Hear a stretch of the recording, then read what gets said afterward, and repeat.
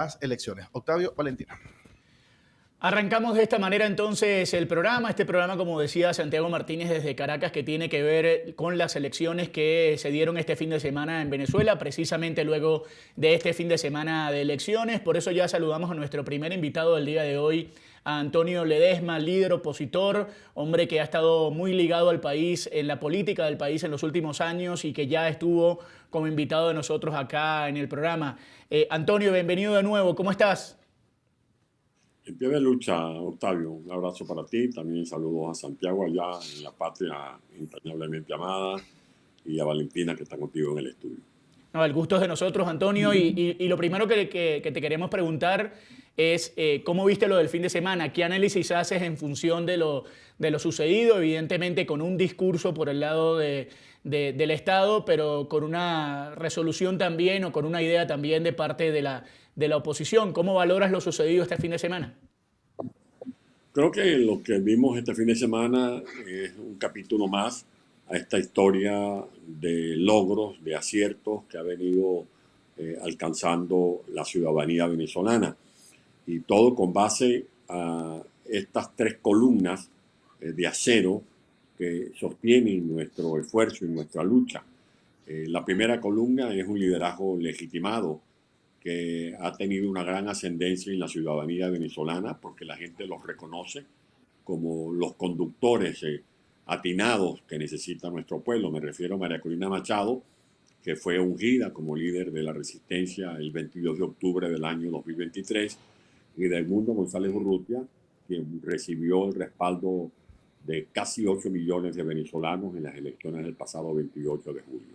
La segunda columna es esa ciudadanía organizada, esa ciudadanía que se reinventa, que es resiliente, que se adecúa a las distintas circunstancias y coyunturas, que ha contado con líderes que han sido víctimas de persecución política, pero que tanto y en cuanto han sido casados de esta tiranía, como ocurrió con Henry Alviares, como ocurrió con Perkin Rocha, como ocurrió con Dinor Hernández, ahora con Juan Pablo Panita, con Catalina Ramos, siempre hay en el entorno liderazgos alternos que son capaces de ayudar a la organización ciudadana como ese segundo pilar de este trípode. Y la tercera es la estrategia.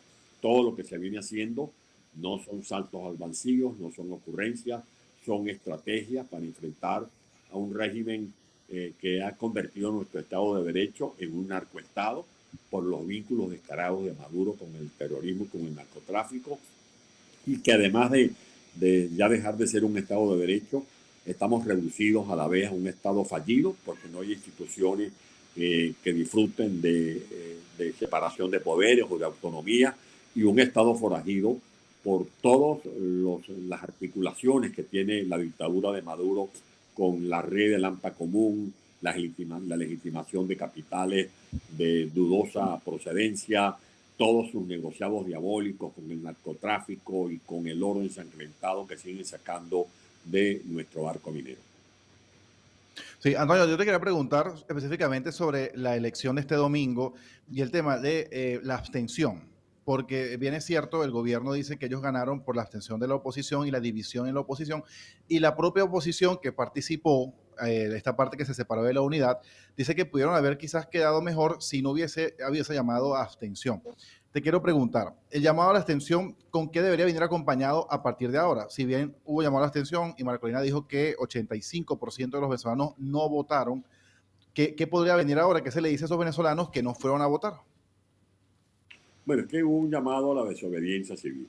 Aquí nosotros no nos vamos a dejar encallejonar en ese falso dilema de votar o no votar. Aquí de lo que se trataba era de no avalar una farsa electoral, porque esto es un simulacro de mala factura que ha sido desairado por la inmensa mayoría de los venezolanos. Es la participación más baja de la historia política electoral de Venezuela. Y no hablemos de parlamento, no hablemos de que la gente se abstuvo y por eso no tenemos representación. Recordemos que en el 2015 el pueblo se resolvió a participar acompañando las postulaciones unitarias de los venezolanos que fueron ungidos como diputados, Y esa Asamblea Nacional fue declarada en desacato un mes después. No dejaron que los parlamentarios calentaran las butacas, se valieron de todas las argucias para meter presos a diputados, para inhabilitar a diputados. De allí que cuando no hay democracia, no hay separación de poderes y por lo tanto los parlamentos le incomodan al dictador de turno y por eso ese parlamento no es más que un tinglado del que se sirve Maduro. Nuestra proposición a los venezolanos es seguir la ruta de una estrategia conforme la cual nosotros vamos a seguir luchando para honrar el mandato soberano que nos dio el pueblo de Venezuela el pasado 28 de julio y en eso estamos en una acción combinada, los que luchan adentro y los que estamos formando parte de la diáspora, asistiendo al presidente electo Edmundo González Urrutia, llevando nuestro mensaje, nuestra prédica y defendiendo nuestra estrategia en todos los escenarios internacionales a los efectos de lograr mayor presión a un régimen que tenemos que doblegar para hacer posible una transición pacífica y ordenada que beneficie a todos los venezolanos. Sí, Antonio, en esa medida, ¿cómo está Edmundo González? ¿Que han hablado con él, digamos, desde este domingo que se conocen estos resultados y sobre todo también las presiones que se siguen presentando en contra de cualquier persona que haga oposición? Usted que está más cerca de él, ¿cuál es ese mensaje, digamos, que quieren seguir reiterando en vocería también Edmundo González como presidente electo? Edmundo González está muy activo, estamos en contacto todos los días, hoy conversamos, ayer también, lo mismo en reuniones por vías muy expeditas con María Corina Machado y con todo el equipo de trabajo y sobre todo ahora con los líderes que rescatamos de la Embajada de Argentina.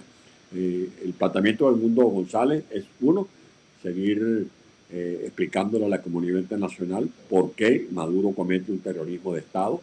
El presidente González se apoya en el último informe de la Comisión Interamericana de Derechos Humanos, donde hay prolijos expedientes que indican que Maduro y quienes lo secundan son perpetradores de crímenes de lesa humanidad. Él también se ha abanderado en defensa de las víctimas de desapariciones forzadas, no solamente por el caso de su yerno, sino por las decenas de ciudadanos que están en esta lamentable situación y también denunciando las ejecuciones extrajudiciales y las violaciones constantes que lleva adelante Maduro con este feroz terrorismo de Estado contra los más elementales derechos humanos de los venezolanos. Sí, Antonio, en esa medida han logrado tener alguna información de Juan Pablo Guanipa. Fue uno de los 70 detenidos en medio de esa redada del régimen de Nicolás Maduro y pues lo que dice su familia y su abogado es que ni siquiera saben dónde está recluido. ¿Ustedes han tenido alguna información o algún contacto con los abogados, con la familia para estar pendientes de esa situación puntualmente de Guanipa? No, ninguna información. Y lo que está viviendo Juan Pablo Guanipa no es nada distinto al mal destino que tienen los presos políticos bajo un régimen dictatorial, que es capaz de reclamarle al gobierno del presidente Donald Trump o de dirigirse al presidente de El Salvador pidiendo el debido proceso, cuando si en algún país no se le garantiza el debido proceso a los que son citados a los tribunales, es a los venezolanos, porque el régimen de Maduro ha criminalizado la disidencia y ha judicializado la política. Recordemos que en Venezuela no hay un poder judicial autónomo. Esos magistrados que aparecen de vez en cuando disfrazados como tales, con toga y birrete, no son más que sicarios que disparan a matar, no con balas, sino con expedientes que urden en esos conciliábulos en los que en Miraflores se da la orden de a quién detener, de a quién condenar o a quién absorber. Esa es la verdadera situación en la que está Juan Pablo Guanipa y para él toda nuestra solidaridad. Pero al mismo tiempo puedo decir que Juan Pablo es un hombre que está a la altura de este compromiso. Él está consciente, al igual que Catalina, de los riesgos que asumían y que estaban dispuestos a enfrentar, de tal manera que el propio Juan Pablo Guanipa tenía ya pregrabado un mensaje para los venezolanos en el supuesto de que fuera secuestrado, como lamentablemente ocurrió, porque estaba persuadido de todas estas amenazas y de los riesgos implícitos en la lucha que él viene dando con tanta gallardía y dignidad. Antonio, ¿qué viene a partir de ahora? Vemos las imágenes de lo que está sucediendo en este momento en el CNE, sabemos lo que pasó el fin de semana, entendemos la postura y, digamos, la visión que tienen ustedes desde el extranjero con lo que está sucediendo, pero a partir de ahora, ¿qué viene para el país? Pensando en ese país que ustedes quieren construir, evidentemente, y no en el país que está tratando de escaparle al régimen dentro de Venezuela. Para el país viene lo que nosotros estamos procurando, porque la razón de esta lucha tiene un contenido medular que es hacer valer el derecho a vivir en libertad. Y en segundo lugar, estamos haciendo el trabajo, como lo ha dicho María Corina, cuando no nos ven en pantalla, o a ella o el mundo, es porque están trabajando con mayor esfuerzo, con mayor ahínco, para lograr no solo la articulación dentro del territorio nacional, como se hizo el domingo, cuando la gente respondió al llamado de no avalar esa farsa electoral, cómo se va reacomodando el conglomerado, los que ayer hicieron posible los comanditos, los que el 28 de julio en la noche pudieron recopilar las actas, ahora se reinventan en la clandestinidad para ser parte de toda esta red de defensa de los valores democráticos y de esos principios que nunca vamos a pactar. La comunidad internacional está respondiendo, vemos que hay posiciones muy claras del gobierno de los Estados Unidos, de gobiernos de la Unión Europea, incluso de América Latina. Este fin de semana, el representante de Venezuela en la toma de posesión del presidente Noboa fue el doctor David Molaski, en representación de María Corina y del Mundo González Urrutia. O sea que sigue siendo reconocido el presidente electo de Venezuela como el depositario de la soberanía nacional. Y cuando ustedes comentan cómo se están tomando decisiones con respecto a las licencias que le otorgan facultades a empresas petroleras internacionales, que es el caso concreto de la Chevron, vemos que el gobierno de Estados Unidos está honrando sus propias palabras cuando el presidente Donald Trump, cuando el secretario de Estado Marco Rubio caracteriza a Maduro como un dictador, como una amenaza para la seguridad del hemisferio y especialmente de los Estados Unidos, tomando en cuenta la realidad de que el régimen de Venezuela tiene que ver con el tráfico de cocaína, no solamente hacia Europa, vía África, sino también por las rutas del Caribe, hacia el Golfo de México para llegar a Estados Unidos, y cómo Maduro sigue en sus relaciones con Rusia, con Irán y con enclaves del terrorismo internacional. Sí, Antonio, te quería preguntar sobre unos argumentos que decía la oposición que decidió participar. Ellos decían que participaban, uno de los tantos argumentos que ellos decían o repetían, para no perder espacios o ganar espacios, y que era mejor tener un gobernador como Rosales en Zulia, por ejemplo, o Morel en Nueva Esparta, que tener un gobernador del chavismo, como efectivamente ocurrió. De hecho, la oposición perdió prácticamente todas las gobernaciones, menos Cojedes con Galíndez. ¿Qué responde o qué dice Antonio Ledesma ante ese planteamiento? Porque si bien es cierto, en Zulia ahora habrá un gobernador chavista, en Margarita y en Barinas también. Pero es que los gobernadores que teníamos, entre comillas, hasta ayer, analiza a quién respaldó Galíndez entre Maduro y Rosales y Edmundo González. El gobernador de Barinas, el gobernador de Nueva Esparta, el propio Galíndez de Cojedes respaldaron a Maduro. O sea, no eran realmente plazas de la oposición. Pero en todo caso, aquí no estamos defendiendo un puesto, un cargo. Aquí estamos defendiendo la piedra angular de esta lucha, que es tomar el poder para restablecer en Venezuela el Estado de Derecho, para que en Venezuela haya seguridad jurídica, para que podamos liberar a los presos políticos de Venezuela, para que podamos sustituir este hub del amponato que ha venido instalando Maduro en el territorio venezolano y poder iniciar un proceso mediante el cual Venezuela se convierta en el hub petrolero energético de las Américas, que podamos iniciar el proceso de reconciliación, de reconstrucción de todas las familias venezolanas. Tú que estás en Venezuela, Santiago, sabes que si alguna fractura acusamos con dolor los venezolanos, es la fractura sentimental, porque hay una disrupción de las familias venezolanas. Estamos hablando de más de 8 millones de venezolanos que están desperdigados por el mundo. Es una diáspora que equivale a más de la población de Noruega, que es mayor que la población de Panamá, de Costa Rica, de El Salvador, de Guatemala, que supera la diáspora de Siria, la diáspora de Afganistán, que en estos casos son diásporas consecuencias de guerras civiles, de guerras internas, mientras que en Venezuela la diáspora es consecuencia de esa catástrofe humanitaria que es consecuencia del gobierno o de la dictadura persecutoria que encabeza Nicolás Maduro.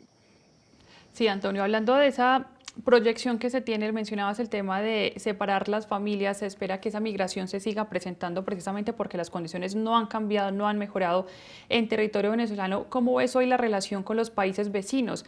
Nos mencionabas el caso de la representación de María Corina Machado y Edmundo González en la posesión del presidente Noboa en Ecuador, pero hoy los países vecinos sí están, digamos, tomando alguna posición más fuerte de cara a lo que sigue pasando en Venezuela con el régimen de Maduro, o todavía hace falta mayor presión pues, para tratar de mejorar las cosas en Venezuela.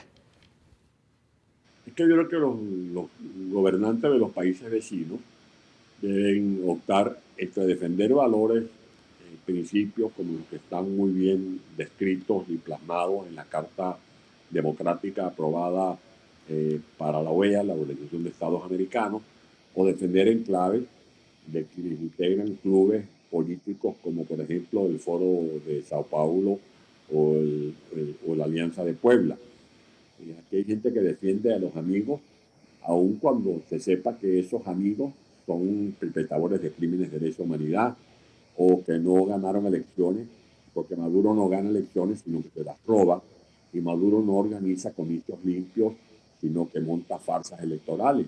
Esa es una gran verdad que debe estar de bulto ante los ojos del presidente Petro, del presidente Lula de Colombia y de Brasil, respectivamente. Pero además, todo lo que ocurre en Venezuela impacta para bien o para mal en Brasil y en Colombia, y en este caso es para mal, porque vemos cómo se ha deteriorado el comercio bilateral entre Colombia y Venezuela, igualmente entre Colombia y Brasil.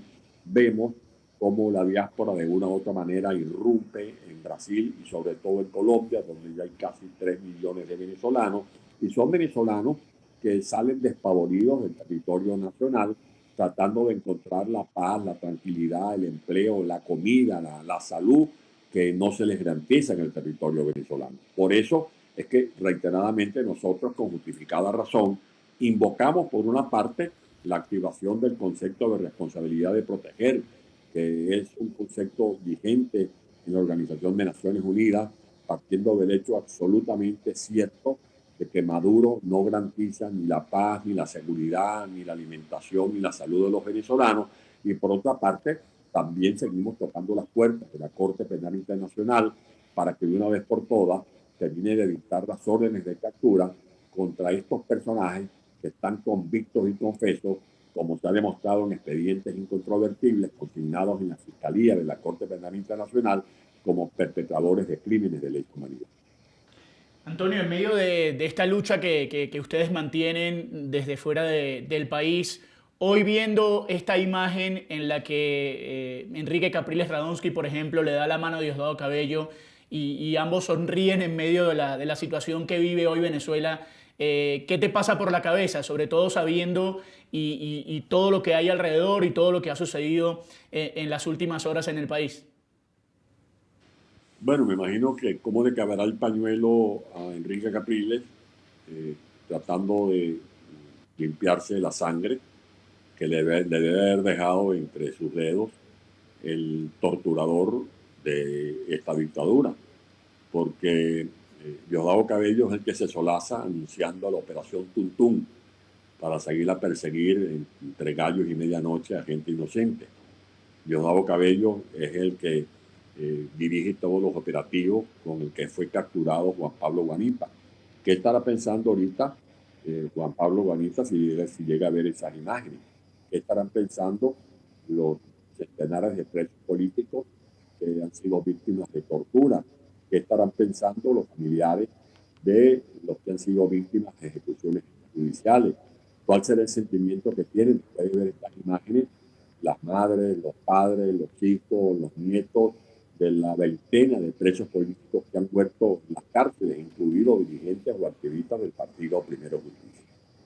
Sí, Antonio, ¿ustedes en esa medida entonces se volverían a reunir o volver a tener una gran unidad nacional, por ejemplo, con Capriles o con quienes decidieron impulsar el voto y la participación en estas jornadas del pasado domingo? Es que para hablar de unidad tiene que haber coincidencia de criterio. No se trata de una unidad monolítica, porque nosotros somos la antítesis de un régimen donde no se respeta la opinión ajena.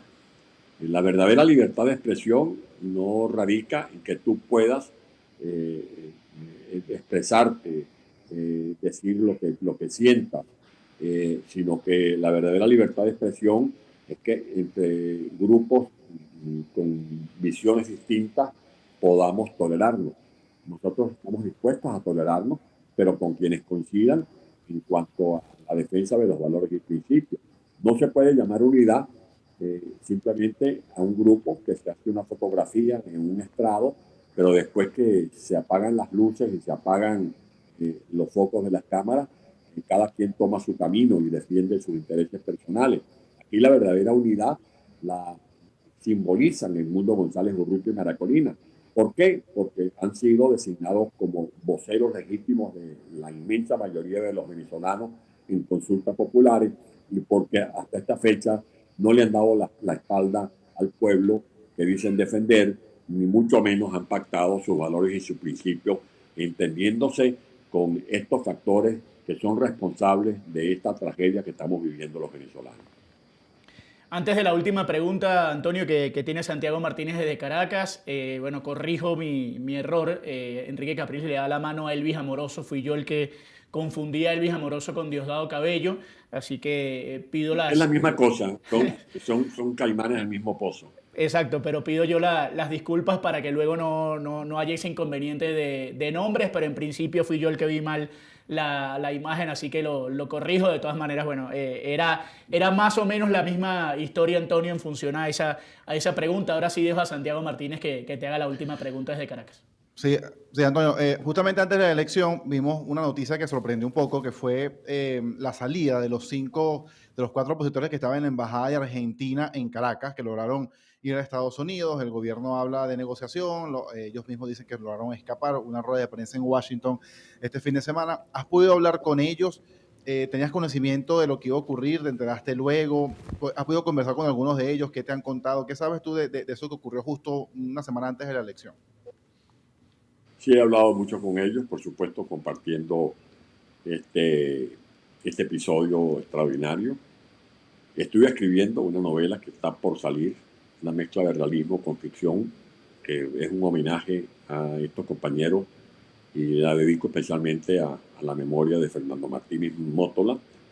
Eh, es una fuga impecable, que no tiene nada que ver con negociaciones, como maliciosamente lo trató de insinuar Diosdado Cabello. Esta fuga que se organizó y a la que teníamos conocimiento es consecuencia, entre otras cosas, de la fractura del aparato de seguridad del régimen. Diosdado Cabello sabe que todavía no ha podido justificar lo que ocurrió ante Nicolás Maduro, porque los hermanos Rodríguez y Padrino López lo responsabilizan a él directamente de ser responsable de que se haya consumado esta espectacular fuga, que no solamente sirvió para rescatar a los rehenes, sino también para poner a volar la esperanza, la fe y el optimismo de los venezolanos. Yo creo que lo más importante es que lo que le queda a Maduro, que es el aparato represivo, lo tiene fracturado. Maduro no tiene gestión que mostrar, Maduro no tiene respaldo popular, y eso se evidenció el 28 de julio y fue ratificado este pasado domingo. Maduro no tiene una estructura partidista con ánimo, porque la estructura del Partido Socialista Unido de Venezuela está desmoralizada, y al mismo tiempo Maduro está arrinconado, porque así se ha logrado con el repudio de una comunidad internacional que cada día está más convencida que Maduro es un estorbo, que Maduro es una estaca atravesada en el destino de los venezolanos y que está impidiendo que se inicie ese proceso de transición pacífica y ordenada que todos estamos deseando. Antonio, muchísimas gracias, muy amable como siempre, muy claro nos queda el panorama, el saludo para toda la gente que está contigo en España, por supuesto para el mundo y para toda la gente que está trabajando desde ahí. Así que muchas gracias y un fuerte abrazo. Muchas gracias a ti. Quiero recomendarle a la audiencia mi página web para que puedan encontrar allí toda la información de las actividades de María Corina, del presidente Mundo González y las propias, antonioledesma.net. Sería un placer que me siguieran por allí. Por supuesto, estaremos muy atentos, Antonio. Un abrazo grande. Gracias a ustedes. Ahí estaba entonces con nosotros Antonio Ledesma, líder opositor.